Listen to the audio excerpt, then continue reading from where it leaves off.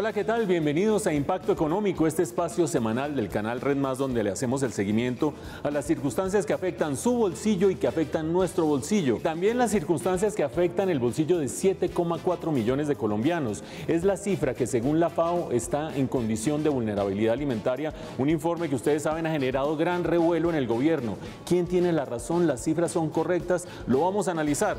Y hoy tenemos una noticia mala y una noticia buena. La mala es que se nos fue Felipe Agudelo a buscar nuevos horizontes laborales donde le va a ir súper bien, pero no se ha ido de nuestros corazones ni de nuestros teléfonos cuando lo necesitemos. La noticia buena, tenemos nueva incorporación. César Melo, bienvenido a Impacto Económico, su nueva casa. Hola Mauricio, hola Karen, y para todos los televidentes, muchas gracias por esa recibida tan amable suya, Mauricio. Bueno, ¿y de qué vamos a hablar el día de hoy? Bueno, Mauricio, hoy hablamos de un experimento y es el del Grupo ADA, una empresa que decidió romper los esquemas y reducir su jornada laboral a tan solo 4 días. 4 días a la semana, una innovación que tenemos y vamos a analizar qué implica para la economía del país y para la economía de esa empresa, por supuesto. También tenemos una entrevista con Ernesto Fajardo, el presidente de Alpina, quien nos va a dar luces acerca de cómo es ese negocio en el cual adquirió Alpina una participación mayoritaria en una empresa en California, en Estados Unidos. ¿Cómo es ese negocio? Ya lo vamos a ver. Y Karen, bienvenida. Muchísimas gracias. ¿Qué tenemos para el día de hoy? Bueno, Mauricio, muchas personas siguen descontentas por la medida del pico y placa, pero hay una industria en específico a la que le está yendo de maravilla. Claro, en toda crisis hay una oportunidad y hay oportunidad para medios de transporte alternativos. Todo eso en Impacto Económico del día de hoy. No se vayan que ya vamos a arrancar.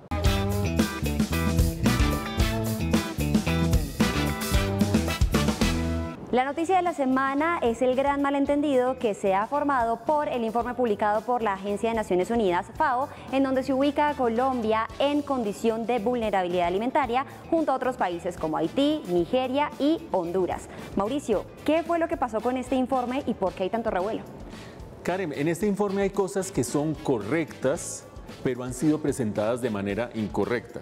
Lo primero que hay que decir es que hay acuerdo acerca de las cifras. Lo que dice la FAO, esta agencia dedicada a evaluar la situación de hambre y de alimentación en el mundo, es que en Colombia hay 7,4 millones de personas que están hoy en condición de vulnerabilidad alimentaria.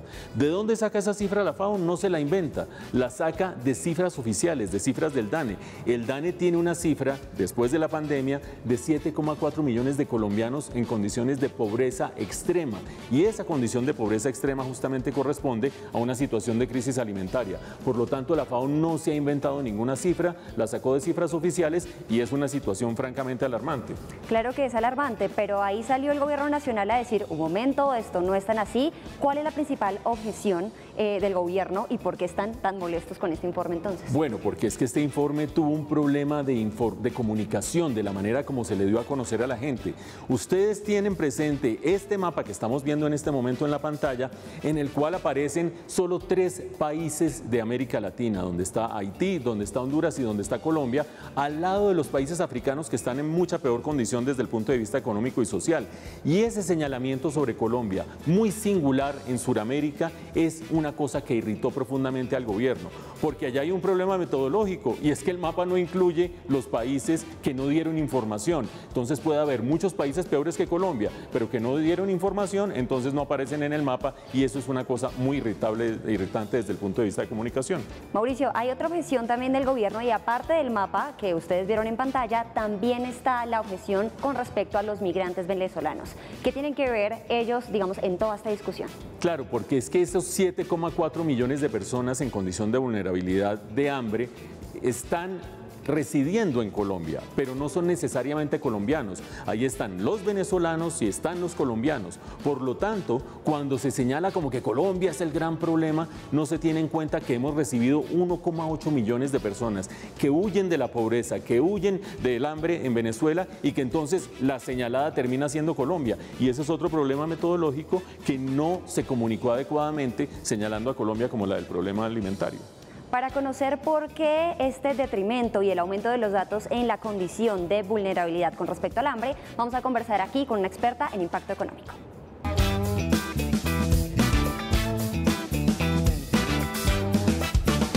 Bueno, y para profundizar acerca de cuáles son las causas de esta situación en la que Colombia está en una crisis de vulnerabilidad alimentaria, según la FAO, tenemos con nosotros a la directora del Centro de Investigaciones en Sistemas Agroalimentarios de la Universidad de los Andes, Ángela Penagos. Bienvenida, Ángela, a Impacto Económico. No, bueno, muchas gracias por esta invitación, qué gusto estar acá. 7,4 millones de colombianos en condiciones de vulnerabilidad alimentaria es la piedra de escándalo de este informe.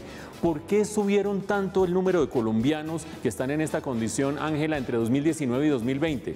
Pues por un incremento tan significativo de la pobreza extrema, como bien lo menciona el informe y como lo está sustentado en las cifras del DANE. Pues estos 2 últimos años han incrementado la proporción de hogares en pobreza extrema que no tienen como los ingresos suficientes para comprar los alimentos necesarios para ingerir las calorías necesarias.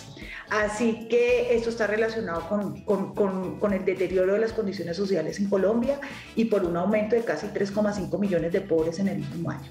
¿Y juega algún rol en todo esto, Ángela, el alto precio de los alimentos? Recordemos que el año pasado, mientras la inflación general en Colombia fue de 5,6%, más o menos, grosso modo, la de alimentos fue de 17%. ¿Eso juega un rol también en el acceso a los alimentos? Sin duda, juega 2 roles. Uno, los pobres extremos o las familias pobres en Colombia gastan cerca del 30% de sus ingresos en el consumo de alimentos.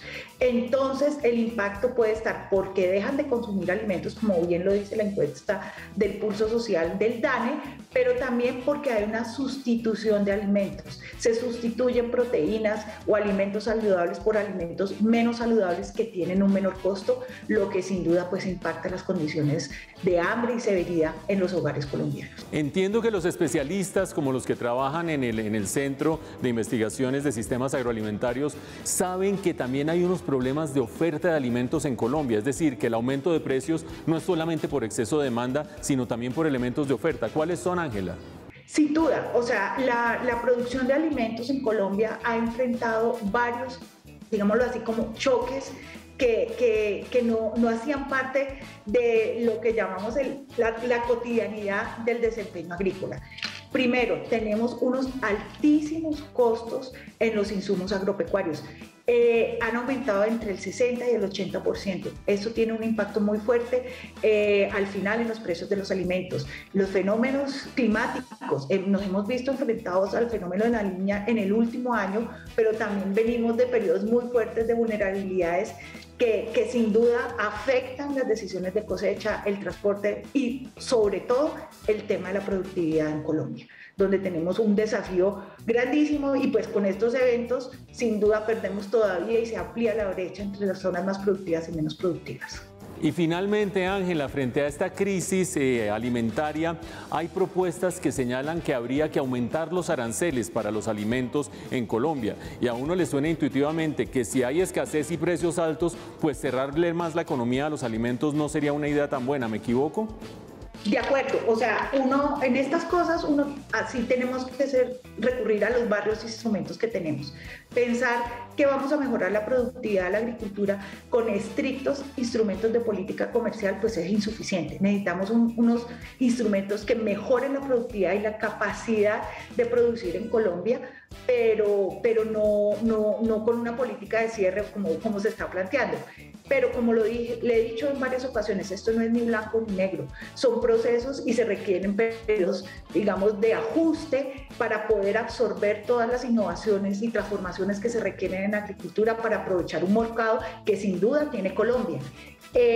Además, esto no es nuevo en Colombia, Mauricio. Nosotros venimos ya de procesos de desgravaciones, de contingentes, donde tenemos que analizar qué tan efectivos han sido estos instrumentos para, en efecto, mejorar la productividad en Colombia. Tenemos un desafío muy importante y realmente la inversión en ciencia y tecnología o realmente la capacidad de innovación de las unidades productivas en Colombia todavía es insuficiente para pensar que podemos abastecer plenamente estos mercados. Hay una oportunidad para el mercado colombiano, pero se requiere más que instrumentos de política comercial. Muy bien, ahí está la visión de una experta, Ángela Penagos, la directora del Centro de Investigaciones en Sistemas Agroalimentarios de la Universidad de los Andes. Gracias, Ángela, por haber estado en Impacto Económico ayudándonos a entender la naturaleza de esta crisis alimentaria por la que atraviesa Colombia. No, muchas gracias por invitarme.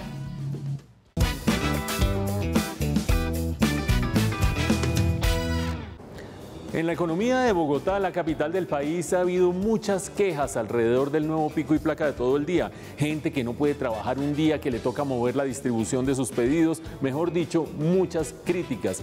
Pero hay sectores que ven en esto una oportunidad. ¿Cómo es la cosa, Karen? Bueno, así es. El sector de, por ejemplo, las bicicletas, los monopatines, las patinetas eléctricas han tenido un incremento, no solamente por el pico y placa, sino por otros factores. En las grandes crisis, grandes oportunidades, y este es el caso de la movilidad alternativa. Aquí está la nota de Karen.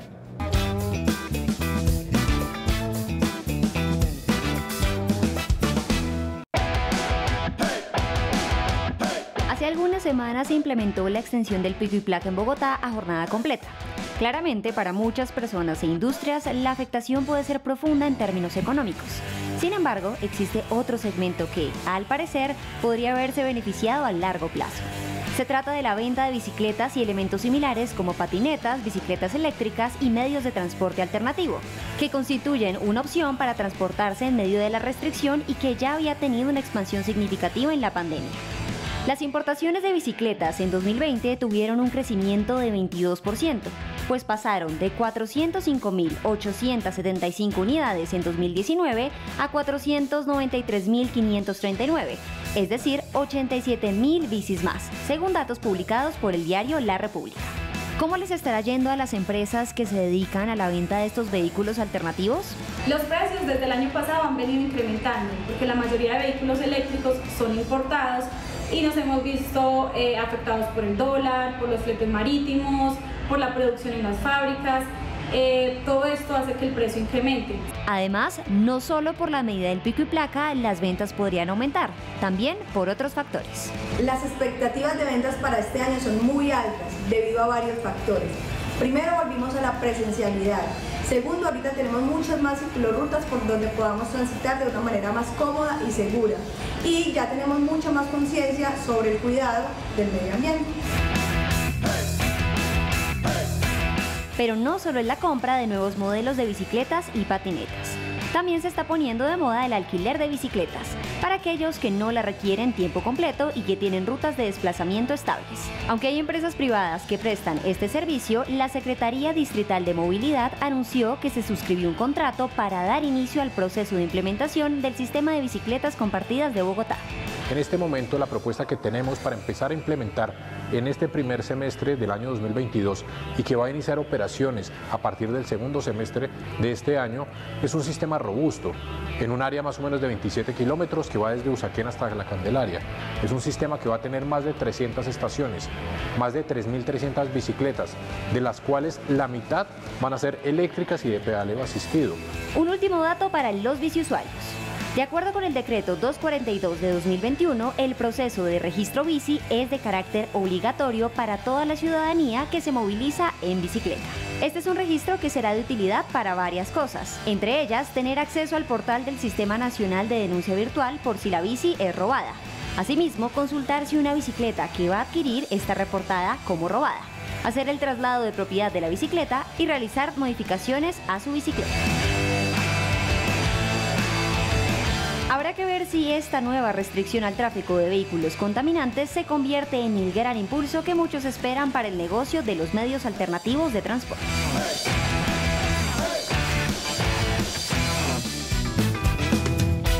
Bueno, ahí está, en todas las crisis hay oportunidades de negocio, pero también hay oportunidades de negocio en el sector de la alimentación. ¿Te gustan los quesos, Karen? Sí, claro que sí, fan de todos los productos lácteos. Bueno, pues vamos a tener en un momento entrevista con el presidente de Alpina, Ernesto Fajardo, quien nos va a hablar de un gran negocio que hicieron al final del año pasado en el estado de California, en Estados Unidos. No se lo pierdan.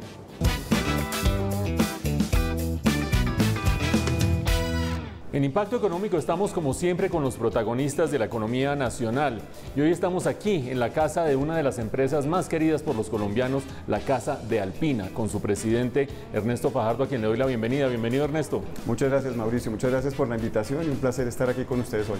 Bueno, tenemos buenas noticias, tenemos novedades, tenemos reflexiones sobre el cierre del año, el comienzo del año, pero la gran noticia se conoció en días pasados y es que Alpina adquirió una porción bastante grande de una empresa californiana en la costa oeste de Estados Unidos. ¿De qué se trata, Ernesto?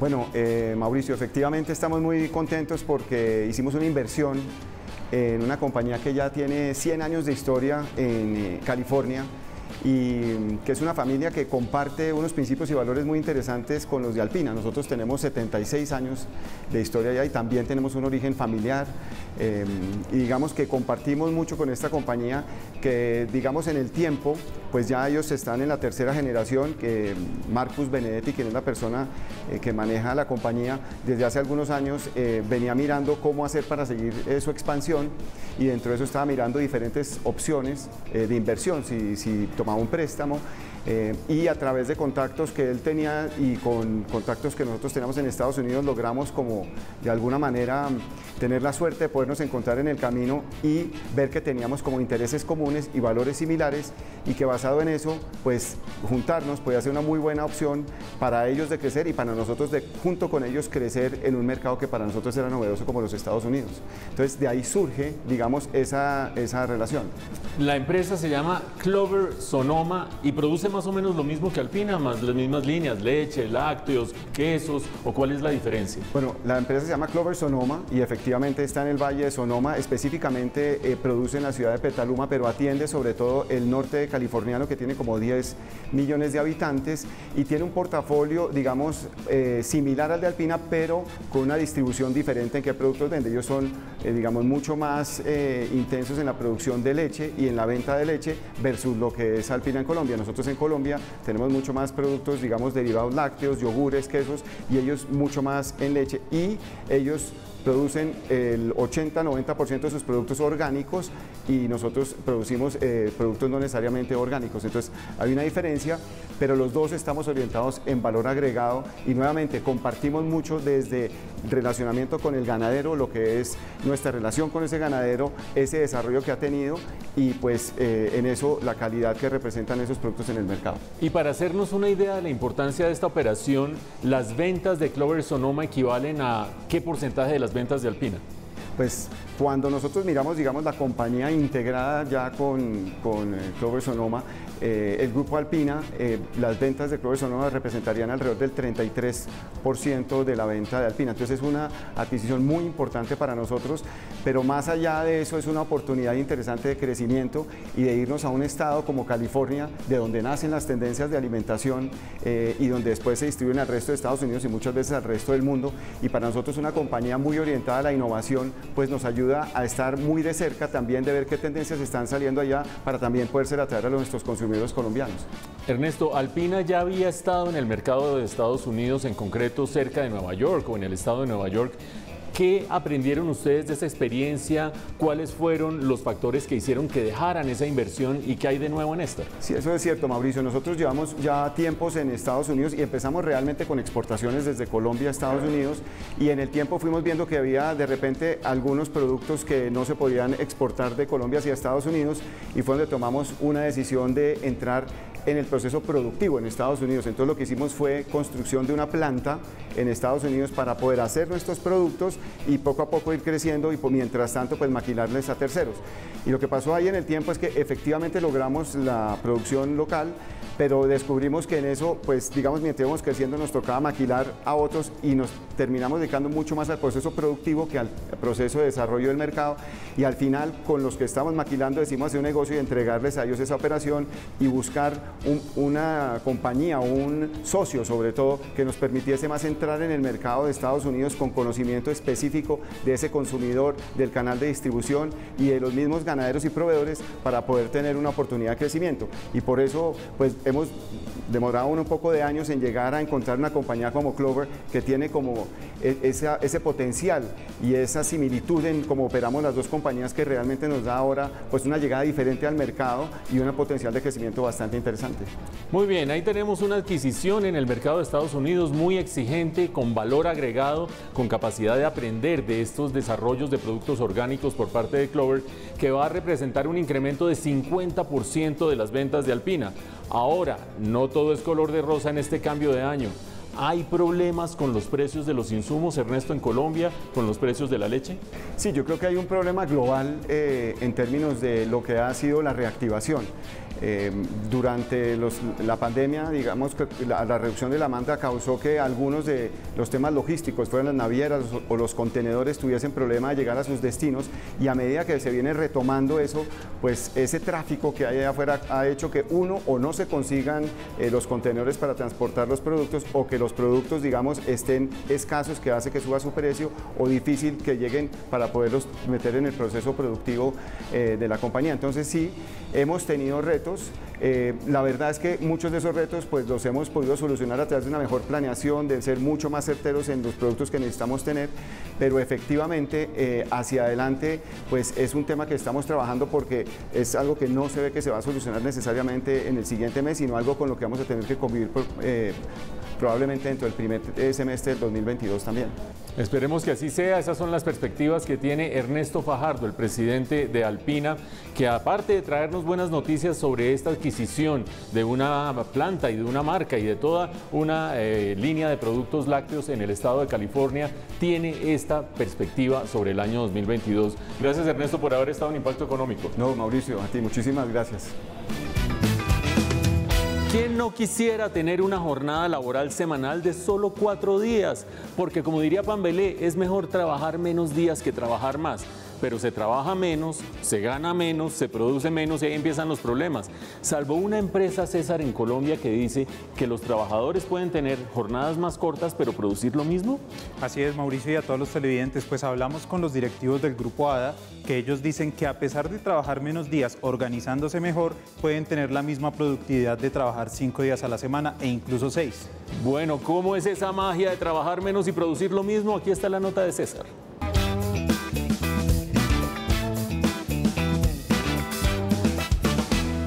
El Grupo ADA, dedicado a la producción de jabones, anunció la decisión de reducir la jornada laboral para sus empleados administrativos de 5 a 4 días, sin modificar la remuneración de los trabajadores.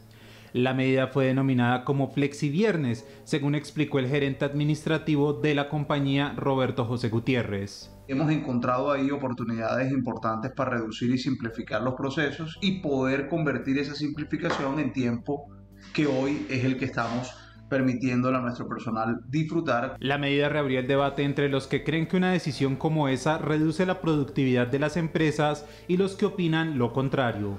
Los del primer grupo hacen una cuenta sencilla: a menos días trabajados, menor producción, como 2 más 2 son 4.